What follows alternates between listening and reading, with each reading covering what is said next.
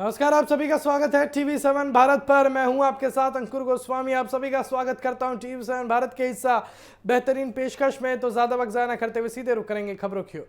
अयोध्या के राम मंदिर में चढ़ावे की कथित चोरी के मामले ने पूरे देश का ध्यान अपनी ओर खींच लिया है और इस बीच श्री राम जन्मभूमि तीर्थ क्षेत्र ट्रस्ट के कोषाध्यक्ष गोविंद देव गिरी ने राम भक्तों के नाम पर एक खुला पत्र जारी कर पूरे मामले पर अपनी बात रखी है। उन्होंने साफ कहा कि भगवान राम के मंदिर में चढ़ावे की चोरी महापाप है और इस मामले में कोई भी दोषी बख्शा नहीं जाएगा। उन्होंने निष्पक्ष जांच और दोषियों के खिलाफ कड़ी कानूनी कार्रवाई की मांग की है। गोविंद देवगिरी ने अपने पत्र में कहा कि अयोध्या में भगवान श्री राम का भव्य मंदिर करोड़ों श्रद्धालुओं की आस्था, संतों के बलिदान और सदियों के संघर्ष का परिणाम है। ऐसे पवित्र स्थान पर आर्थिक अनियमितता और चढ़ावे की चोरी की खबर ने हर राम भक्त को दुखी और शर्मिंदा किया है। उन्होंने कहा कि अगर किसी ने श्रद्धालुओं की आस्था से खिलवाड़ किया है तो उसे किसी भी कीमत पर छोड़ा नहीं जाना चाहिए। उन्होंने अपने ऊपर लगाए जा रहे आरोपों पर भी विस्तार से सफाई दी। गोविंद देवगिरी ने कहा कि उन्होंने कभी ट्रस्ट में किसी पद की इच्छा नहीं की और वो इसे केवल भगवान श्री राम की सेवा मानते हैं। उन्होंने बताया कि जब भी ट्रस्ट में काम से अयोध्या आते हैं तो यात्रा और ठहरने का पूरा खर्चा स्वयं करते हैं। उन्होंने स्पष्ट किया कि उन्होंने कभी ट्रस्ट के धन का व्यक्तिगत उपयोग नहीं किया। कोषाध्यक्ष ने यह भी कहा कि राम मंदिर ट्रस्ट के आय और व्यय का पूरा रिकॉर्ड सुरक्षित है और उसका नियमित ऑडिट कराया जाता है। उन्होंने बताया कि पुणे स्थित उनके कार्यालय में चार्टेड अकाउंटेंट समय समय पर अयोध्या जाकर वित्तीय रिकॉर्ड की जांच करते हैं और आवश्यक सलाह भी देते हैं। यह अपने आप में एक बहुत बड़ा दावा है, बहुत बड़ा बयान है। उनके अनुसार ट्रस्ट के वित्तीय लेन देन पूरी तरह बैंकिंग प्रणाली के माध्यम से होते हैं और उनमें पारदर्शिता बनाए रखी जाती है। गोविंद देवगिरी ने यह भी स्पष्ट किया कि चढ़ावे की गिनती की व्यवस्था से उनका प्रत्यक्ष संबंध कभी नहीं रहा। उन्होंने कहा कि जिम्मेदारी स्थानीय स्तर पर निर्धारित व्यवस्था के अनुसार संचालित होती रही है। उन्होंने ये भी कहा कि चोरी कब हुई, कितनी हुई और किस तरह हुई, इसका पता जांच एजेंसियां लगाएंगी। उन्होंने एसआईटी और पुलिस जांच पर भरोसा जताते हुए कहा कि कानून अपना काम करेगा और दोषियों को कठोर सजा मिलेगी। अपने पत्र में उन्होंने राम भक्तों से अफवाहों पर ध्यान न देने की अपील भी की। उन्होंने कहा कि कुछ घटनाओं के आधार पर पूरे ट्रस्ट या मंदिर की गरिमा पर सवाल नहीं उठाया जाना चाहिए। उनका विश्वास है कि जांच पूरी होने के बाद सच्चाई सामने आएगी और इससे श्रद्धालुओं का भरोसा और मजबूत होगा। उन्होंने कहा कि सनातन धर्म और राम मंदिर की प्रतिष्ठा को किसी भी साजिश से वो नुकसान नहीं पहुंचने दिया जाएगा। कोषाध्यक्ष ने भविष्य के लिए भी कई सुझाव दिए हैं।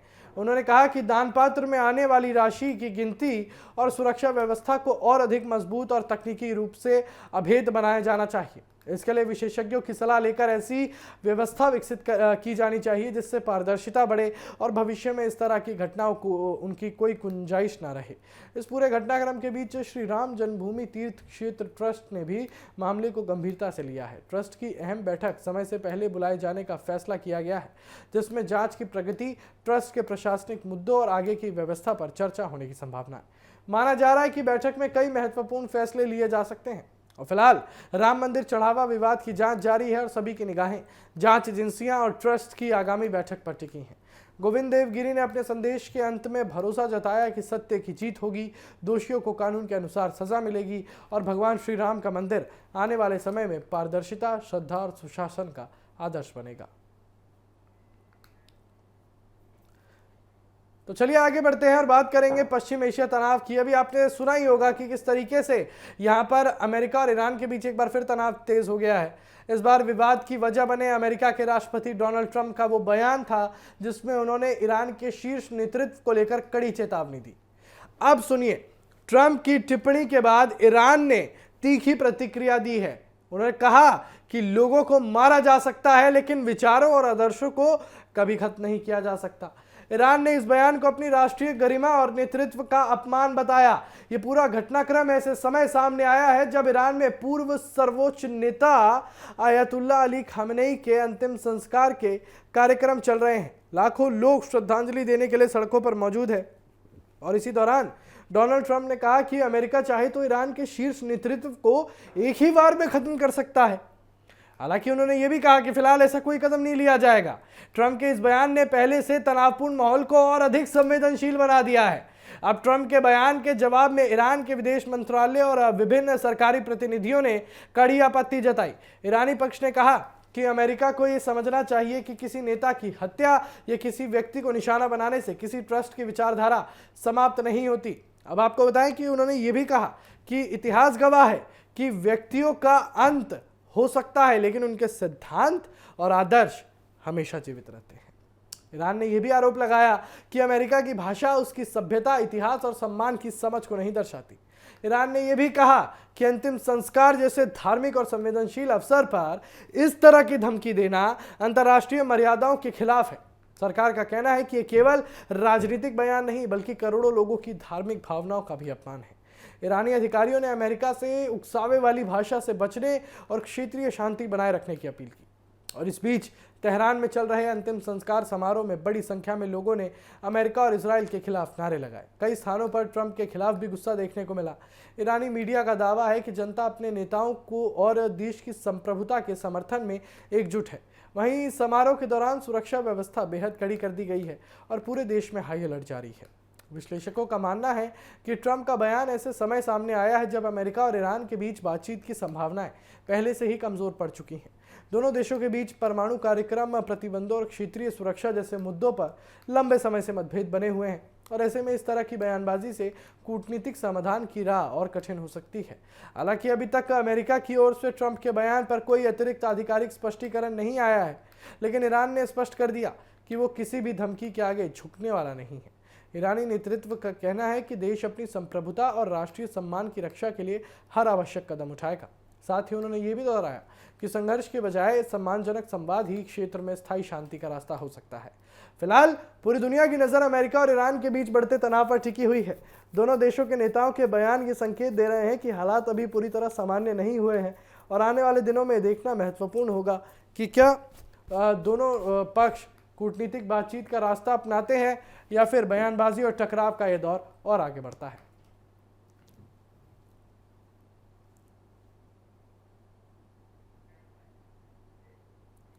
तो चलिए, अभी पश्चिम एशिया की बात कर ही रहे हैं तो जरा पाकिस्तान की भी बात कर लेते हैं। पाकिस्तान अधिकृत जम्मू कश्मीर यानी कि पीओजेके में पिछले 1 महीने से जारी विरोध प्रदर्शन अब और उग्र हो गए हैं। शनिवार को हजारों लोग एक बार फिर सड़कों पर उतर आए और पाकिस्तान सरकार और सेना के खिलाफ जमकर प्रदर्शन किया। प्रदर्शनकारियों का आरोप है कि शांतिपूर्ण आंदोलन को दबाने के लिए पाकिस्तान सुरक्षा बलों ने कई जगहों पर गोलीबारी और आंसू गैस का इस्तेमाल किया, जिसमें कई लोग घायल हुए। ताज़ा रिपोर्ट्स के अनुसार कम से कम 9 प्रदर्शनकारियों के घायल होने की खबर है। ये प्रदर्शन उस कथित कार्रवाई के ठीक 1 महीने बाद हुआ है जब जून की शुरुआत में पाकिस्तान की सेना और सुरक्षा बलों पर प्रदर्शनकारियों के खिलाफ बल प्रयोग के आरोप लगे थे।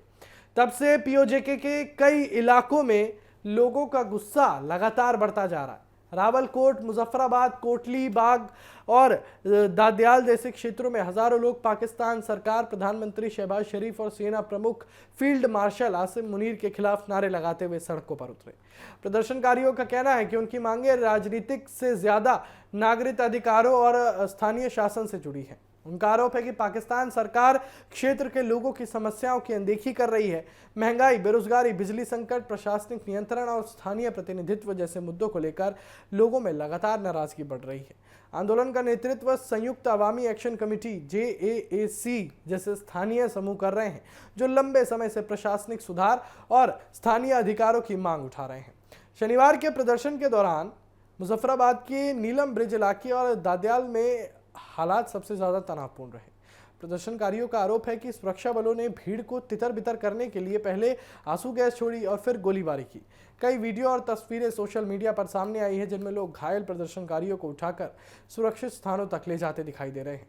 हालांकि इन वीडियो की स्वतंत्र पुष्टि सभी मामलों की संभव नहीं हो सकी है और आंदोलन से जुड़े नेताओं का आरोप है कि पाकिस्तान सरकार विरोध की आवाज को दबाने के लिए लगातार सख्ती कर रही है। उनका कहना है कि पिछले कुछ हफ्तों में कई कार्यकर्ताओं को हिरासत में लिया गया, इंटरनेट सेवाओं पर भी प्रतिबंध लगाए गए और प्रदर्शन स्थलों तक पहुंच सीमित करने की कोशिश की गई। इसके बावजूद लोगों का कहना है कि वो आंदोलन वापस नहीं लेंगे और अपनी मांगों को लेकर संघर्ष जारी रखेंगे।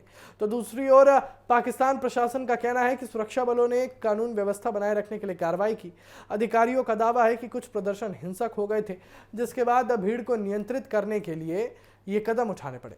हालांकि आंदोलनकारी इस दावे को खारिज करते हुए इसे शांतिपूर्ण प्रदर्शन पर बल प्रयोग बता रहे हैं। विश्लेषकों का मानना है कि पीओजेके में चल रहा यह आंदोलन हाल के वर्षों के सबसे बड़े जन आंदोलनों में से एक बन चुका है। लगातार हो रहे प्रदर्शनों और सुरक्षा बलों के साथ टकराव ने पाकिस्तान सरकार के सामने नई चुनौतियां खड़ी कर दी हैं और अगर सरकार और आंदोलनकारियों के बीच जल्द बातचीत नहीं होती तो स्थिति और गंभीर हो सकती है। फिलहाल पूरे क्षेत्र में तनाव बना हुआ है। कई संवेदनशील इलाकों में सुरक्षा बलों की अतिरिक्त तैनाती की गई है और प्रशासन हालात पर नजर बनाए हुए है। वही प्रदर्शनकारी साफ कर रहे हैं कि जब तक उनकी मांगों पर ठोस कार्रवाई नहीं होती उनका आंदोलन जारी रहेगा। अब सबकी निगाहें इसी बात पर टिकी हैं कि पाकिस्तान सरकार इस संकट का समाधान बातचीत से निकालती है या फिर टकराव का ये दौर आगे भी जारी रहता है। तो चलिए इसी के साथ आगे बढ़ते हैं और एक बार बात करेंगे अयोध्या राम मंदिर की। फिर से अयोध्या राम मंदिर के चढ़ावा चोरी मामले को लेकर सियासी बयानबाजी लगातार तेज होती जा रही है। इस बीच भारतीय जनता पार्टी के पूर्व सांसद बृजभूषण सिंह ने एक बार फिर ऐसा बड़ा बयान देकर चर्चा बढ़ा दी है। उन्होंने कहा कि राम मंदिर में जो कुछ हुआ उसकी जानकारी उन्हें पहले से थी और उन्होंने इस बारे में कई साल पहले ही संकेत दे दिए थे। उनका दावा है कि वो लंबे समय से इस पूरे घटनाक्रम को देख रहे थे और मीडिया से बातचीत में बृजभूषण शरण सिंह ने कहा कि मुझे जो कहना था मैं पहले ही कह चुका हूं। जब इस विषय पर कोई बोलने को तैयार नहीं था तब भी मैंने 4 साल पहले अपनी बात रखी थी। उन्होंने ये भी कहा कि यही वजह है कि आज तक अयोध्या में राम जन्मभूमि के दर्शन करने नहीं गए। उनके मुताबिक उन्हें शुरू से ही लग रहा था कि वहां सब कुछ ठीक नहीं चल रहा। हालांकि उन्होंने किसी व्यक्ति का नाम नहीं लिया और न ही किसी पर सीधे आरोप लगाए। बृजभूषण सिंह ने यह भी कहा कि अगर वो पूरी सच्चाई सामने रखेंगे तो उनके लिए मुश्किलें खड़ी हो सकती हैं। उन्होंने कहा कि इस मामले में बहुत प्रभावशाली लोग जुड़े हुए हैं और फिलहाल वो खुलकर कुछ नहीं कहना चाहते। उनका कहना था कि समय आने पर वो पूरी बात जनता के सामने रखेंगे और उनका ये बयान पहले दिए गए उस बयान की भी याद दिलाता है जिसमें उन्होंने कहा था कि अगर सच बोल दूंगा तो संकट में पड़ जाऊंगा। राम मंदिर चढ़ावा चोरी का मामला उस समय सामने आया जब मंदिर परिसर में दान पात्र से नकदी और अन्य सामान की कथित चोरी के आरोप लगे। इसके बाद कई कर्मचारियों की गिरफ्तारी हुई और उत्तर प्रदेश सरकार ने मामले की जांच के लिए विशेष जांच दल यानी कि SIT का गठन किया। जांच एजेंसियां पूरे प्रकरण की पड़ताल कर रही हैं और कई स्तरों पर पूछताछ भी जारी है। इस मामले को लेकर विपक्ष लगातार भाजपा और श्री राम जन्मभूमि तीर्थ क्षेत्र ट्रस्ट पर सवाल उठा रहा है। वहीं ट्रस्ट की ओर से तो कहा गया कि पूरे मामले की निष्पक्ष जांच कराई जा रही है और अगर कोई दोषी पाया जाता है तो उसे किसी भी कीमत पर बख्शा नहीं जाएगा। ट्रस्ट के पदाधिकारियों ने भी श्रद्धालुओं से अफवाहों पर ध्यान न देने और जांच पूरी होने का इंतजार करने की अपील की है। बृजभूषण शरण सिंह के ताजा बयान ने इस पूरे विवाद को नई राजनीतिक दिशा दे दी है।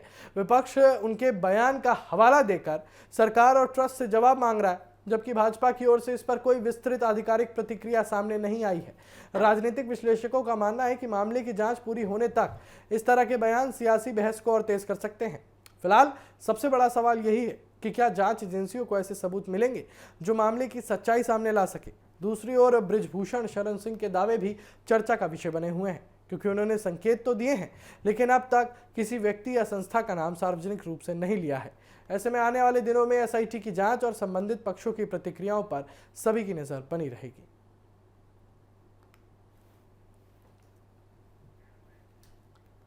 तो चलिए इसी के साथ सीधा बढ़ते हैं केंद्र की तरफ यानी कि दिल्ली की तरफ। दिल्ली की राजनीति में एक बार फिर जुबानी जंग तेज हो गई है। आम आदमी पार्टी के राष्ट्रीय संयोजक अरविंद केजरीवाल ने भारतीय जनता पार्टी के राष्ट्रीय अध्यक्ष नितिन नवीन पर तीखा पलटवार किया है। ये प्रतिक्रिया उस बयान के बाद आई जिसमें नितिन नवीन ने हिंदू धर्म और सनातन को लेकर विपक्षी नेताओं खासकर कि राहुल गांधी, अखिलेश यादव और अरविंद केजरीवाल पर निशाना साधा था। दरअसल लखनऊ में आयोजित एक कार्यक्रम में नितिन नवीन ने कहा था कि विपक्षी नेता हिंदू धर्म को कमजोर समझने की भूल कर रहे हैं। उन्होंने आरोप लगाया कि जब हिंदू देवी देवताओं का अपमान होता है तो विपक्षी दल चुप्पी साध लेता है। उन्होंने कहा कि सनातन और देश की आस्था का अपमान उत्तर प्रदेश और देश की जनता कभी बर्दाश्त नहीं करेगी। भाजपा ने हमेशा देश की सांस्कृतिक विरासत को मजबूत करने का काम किया है और राम मंदिर से लेकर काशी विश्वनाथ धाम तक इसका उदाहरण है। नितिन नवीन के इस बयान के कुछ ही समय बाद अरविंद केजरीवाल ने सोशल मीडिया प्लेटफॉर्म X पर उनकी पोस्ट साझा करते हुए बेहद संक्षिप्त लेकिन तीखी प्रतिक्रिया दी। उन्होंने लिखा कि आप कौन हैं केजरीवाल की ये एक लाइन की टिप्पणी तेजी से सोशल मीडिया पर वायरल हो गई और इसे लेकर राजनीतिक बहस शुरू हो गई। भाजपा अध्यक्ष ने अपने भाषण में आगे कहा कि आज जो लोग आस्था के नाम पर राजनीति कर रहे हैं वो वास्तव में सनातन की भावना को कभी नहीं समझ सकते। उन्होंने आरोप लगाया कि जिन लोगों के शासनकाल में राम भक्तों पर गोलियां चली वो आज धार्मिक आस्था की बात कर रहे हैं। उनके मुताबिक भाजपा ने विरासत और संस्कृति के संरक्षण को हमेशा प्राथमिकता दी है और यही उसकी पहचान है। अरविंद केजरीवाल की प्रतिक्रिया के बाद आम आदमी पार्टी के समर्थकों ने इसे भाजपा नेतृत्व के खिलाफ करारा जवाब बताया। वहीं भाजपा नेताओं का कहना है कि विपक्ष के पास उनके सवालों का जवाब नहीं है, इसलिए वो व्यक्तिगत टिप्पणियों का सहारा ले रहा है। दोनों दलों के समर्थकों के बीच सोशल मीडिया पर भी इस मुद्दे को लेकर तीखी बहस देखने को मिल रही है और राजनीतिक विश्लेषकों का मानना है कि 2027 के उत्तर प्रदेश विधानसभा चुनाव और आने वाले अन्य चुनावों को देखते हुए धर्म, आस्था और सांस्कृतिक मुद्दे एक बार फिर राजनीतिक विमर्श के केंद्र में आते दिखाई दे रहे हैं। भाजपा इन मुद्दों को अपनी राजनीतिक रणनीति का अहम हिस्सा मान रही है, जबकि विपक्ष भाजपा पर धार्मिक भावनाओं के राजनीतिक इस्तेमाल का आरोप लगाता आ रहा है। फिलहाल दोनों नेताओं के बयानों ने राजनीतिक माहौल को और गर्म कर दिया है। एक और भाजपा हिंदुत्व और सांस्कृतिक विरासत के मुद्दे पर विपक्ष को घेर रही है, तो दूसरी ओर आम आदमी पार्टी और विपक्षी दल भाजपा के आरोपों का जवाब देने में जुटे हैं।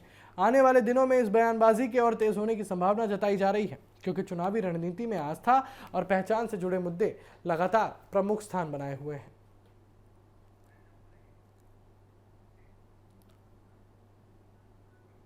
तो चलिए फिलहाल मेरे साथ बस इतना ही। खबरों का सिलसिला यूं ही जारी रहेगा। बने रहिए TV7 भारत के साथ। नमस्कार।